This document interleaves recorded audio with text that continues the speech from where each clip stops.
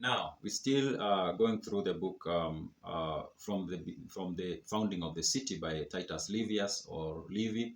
Now in this video I'm going to talk about the coming back of Numitor into power. Numitor was the person who was supposed to be the king when his father died. He was supposed to be the king, and he became the king of Alba Longa for a moment. But his younger brother Amulius was more aggressive than him, and his brother managed to depose him from power.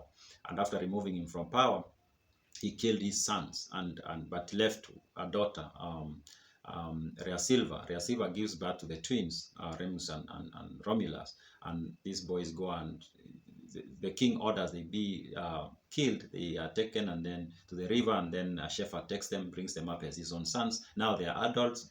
He discloses to them who they are. They go, they attack the king Amulius, and they kill him. Now after that has happened, they decide to bring back their own grandfather Numitor to be the king of Alba Longa. So Numitor becomes the king of the second time. Now he becomes the king of Alba Longa, which was his rightful inheritance to begin with. So through the help of his own grandsons, Romulus and Remus, he was able to become the king again.